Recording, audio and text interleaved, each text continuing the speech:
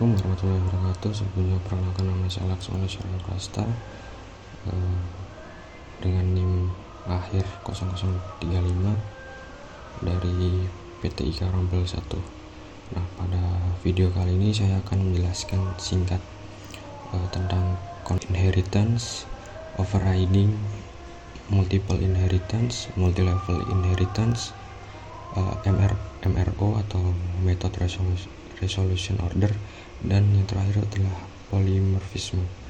Nah, langsung saja kita ke yang pertama, yaitu inheritance. Inheritance atau sebuah pewarisan, yaitu di sini kita memiliki dua buah kelas, yang satu untuk kelas induk dan yang satunya lagi adalah kelas admin atau kelas anak. Jadi kelas anak ini tuh mewarisi sifat-sifat dari kelas induknya. Jadi kelas customer ini kita memiliki sebuah metode yang isinya adalah sebagai berikut. Nah, pada kelas anak yang kita juga memiliki metode show yang berfungsi untuk menampilkan output seperti ini. Selanjutnya kita membuat sebuah objek dari kelas admin atau kelas anak dengan isi itu 001 sebagai ID, Supri sebagai nama, dan Sabun sebagai barang. Begitupun juga dengan objek yang kedua, itu sama, 002 sebagai ID, I6 sebagai nama, dan sikat gigi sebagai barang. Selanjutnya kita akan menampilkan outputnya dengan admin.show adalah metode dari kelas anak ini kita panggil di sini. Nah, untuk hasilnya itu seperti ini.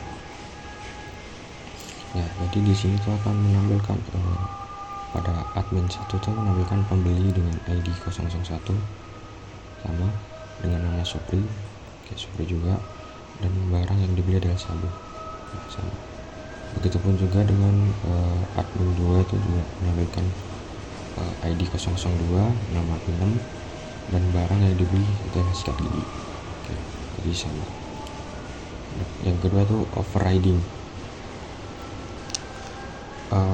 Overriding itu digunakan untuk mengganti metode yang ada pada kelas induk dengan metode baru. Jadi di sini kita memiliki kelas sama untuk kelas customer dengan isinya itu ada ID, metode status, brandnya itu berhutang. Selanjutnya adalah kelas anak admin dengan pewarisan dari kelas induk customer dengan metode keterangan, brandnya itu pembeli dengan ID siap ID di atas ini. Kita membuat objek dari kelas anak seperti tadi, customer ID di sini mengisikan ID yang ada di sini. Customer kita panggil keterangan di sini dengan kas.keterangan. Selanjutnya kas.status itu metode yang ada di kelas induk. Nah, kalau di print itu dia akan menampilkan pembeli dengan ID 001 berhutang. Nah, karena kita melakukan overriding, jadi kita akan mengganti metode yang ada pada kelas induk ini dengan membuat metode baru, itu kelas admin, itu kelas anak. Di sini kita buat lagi defnya itu kita ambil dari metode kelas induk dengan def status dengan print. Printnya di sini kita ganti yang awal itu berhutang, di sini menjadi tidak berhutang. Nah, kita panggil lagi kas.admin, kas.status dengan hasil output itu sebagai berikut. Nah, pembeli dengan ID 001 berhutang. Pada awalnya ini output awal yang dikeluarkan sebelum kita menggunakan overriding adalah ini, untuk pembeli dengan ID 001 berhutang. Nah, karena kita mengganti metode pada kelas induk ini, maka yang tadinya berhutang maka itu akan berganti menjadi tidak hutang. Nah, tetapi pada overriding ini tidak menghilangkan metode yang awal, hanya saja menambah atau menampilkan metode baru, itu tidak berhutang. Seperti itu. Jadi yang ketiga itu ada multiple inheritance. Nah, di multiple inheritance ini itu adalah kelas anak dapat mewarisi dua sifat dari kedua kelas induk. Di sini ada kelas induk customer 1 dan 2 dan juga kelas anak yaitu promo. Nah, di kelas promo ini dapat mewarisi sifat dari customer 1 dan juga customer 2. Nah, saat di print, jadi di print kelas akan menampilkan isi dari masing-masing kelas induk ini, yaitu yang pertama adalah pembeli pertama mendapatkan diskon 75% sama dengan induk pertama. Untuk output yang kedua adalah pembeli kedua mendapat sabun gratis sama dengan isi dari induk kedua. Selanjutnya adalah multi level inheritance. Nah, pada multi level inheritance ini bisa dikatakan sebagai pewarisan bertingkat, di mana kelas induk dapat mewariskan sifatnya ke kelas anak pertama, yaitu karyawan 2. Nah, sedangkan karyawan 2 juga dapat mewariskan sifatnya ke kelas anak kedua. Begitupun selanjutnya sampai seterusnya. Jadi di sini kita hanya cukup membuat objek dari kelas ketiga untuk memanggil semua metode dari kelas-kelas sebelumnya. Jadi saat di print itu akan mengeluarkan output yang sama seperti output 1 selamat karyawan Andi mendapatkan juara 1. Output ini sama dengan print yang ada di sini, yaitu selamat karyawan Andi mendapatkan juara 1. Begitupun juga dengan karyawan 2, Budi mendapatkan juara 2. Begitupun juga dengan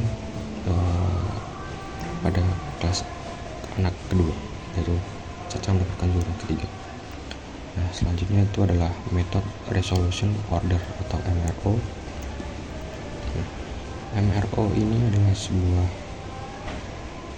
aturan untuk menentukan metode mana yang akan dipanggil jika metode pada kedua kelas itu sama. Misalnya ada kelas admin dan kelas customer ini. Di kedua kelas ini tuh memiliki metode yang sama, yaitu ID. Nah, jadi MRO ini tuh menentukan metode mana yang akan dipanggil terlebih dahulu jika kedua metode ini tuh sama. Dengan coding seperti ini kita langsung coba. Yang dipanggil itu adalah admin dengan ID 100. Admin dengan ID 100 itu ada kelas admin. Nah, berarti bisa disimpulkan bahwa MRO ini tuh memanggil metode dari kelas dengan urutan pertama. Jadi karena di sini urutan pertamanya adalah kelas admin, maka metode yang dipanggil terlebih dahulu itu adalah admin dengan ID 100. Nah, selanjutnya adalah polymorphism. Polymorphisme ini adalah kemampuan suatu entitas, baik itu fungsi, operator maupun objek, yang memiliki banyak bentuk atau perilaku tergantung dengan penggunaannya itu sendiri. Misal pada contoh kali ini saya menggunakan operator plus dan juga perintah len.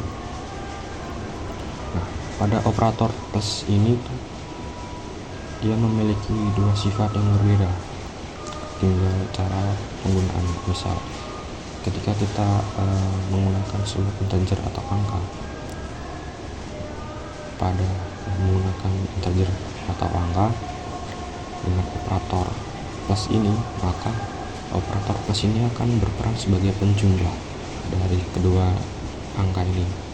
Misal angka pertama 10, angka kedua itu 15. Kita menggunakan operator plus, maka operator plus ini akan menjumlahkan 10 tambah 15, itu hasilnya adalah 25.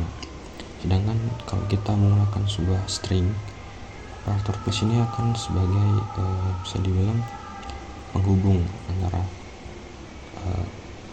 objek aku dan objek 2 suka kamu. Jadi saat di print itu menjadi aku suka kamu, jadi itu penghubung antara aku suka kamu. Sedangkan untuk perintah len di sini untuk len yang pertama di sini tuh hanya menghitung jumlah karakter pada kalimat saya tampan banget. Jadi pada saya tampan banget ini ada sekitar 18 karakter. Nah, jadi len ini hanya menghitung per karakter saja. Sedangkan pada untuk len yang kedua, dia di sini tuh menghitung berapa banyak sebuah elemen list pada objek ini. Jadi ada sekitar 3 untuk aku, tampan dan banget, ada 3 elemen list. Nah, selanjutnya itu ada len pada contoh ketiga ini tuh menghitung berapa banyak elemen key yang ada pada elemen ini. Jadi di sini tuh ada siapa dengan isi aku, tampan dengan isi banget, dan key dengan isinya kosong. Key di sini tuh adalah key-nya itu ini, siapa, tampan, dan key. Karena pada perintah len yang ketiga ini hanya menghitung jumlah key-nya saja, maka len di sini tuh hanya menghitung 3. Kita coba print.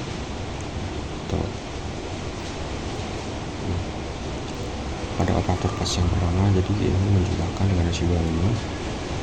Operator plus yang kedua di sini tuh menggabungkan untuk aku suka kamu. Sedangkan pada perintah len ini menghitung berapa banyak karakter yang ada pada saya tampan banget. Terus yang ketiga ini menghitung objek list yang ada di sini, aku tampan dan banget. Nah, untuk len yang ketiga itu menghitung berapa banyak key yang ada pada elemen ini. Jadi ada siapa, tampan, dan key. Mungkin cukup sekian penjelasan singkat tentang. Terima kasih. Wassalamualaikum warahmatullahi wabarakatuh.